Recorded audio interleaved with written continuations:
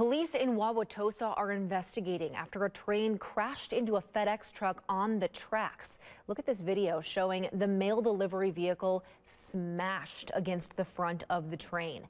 This crash happened this morning near the city's Department of Public Works building when the FedEx truck was crossing the tracks into the Public Works parking lot. The driver of the truck suffered minor injuries and was treated on the scene. No one was injured inside the train.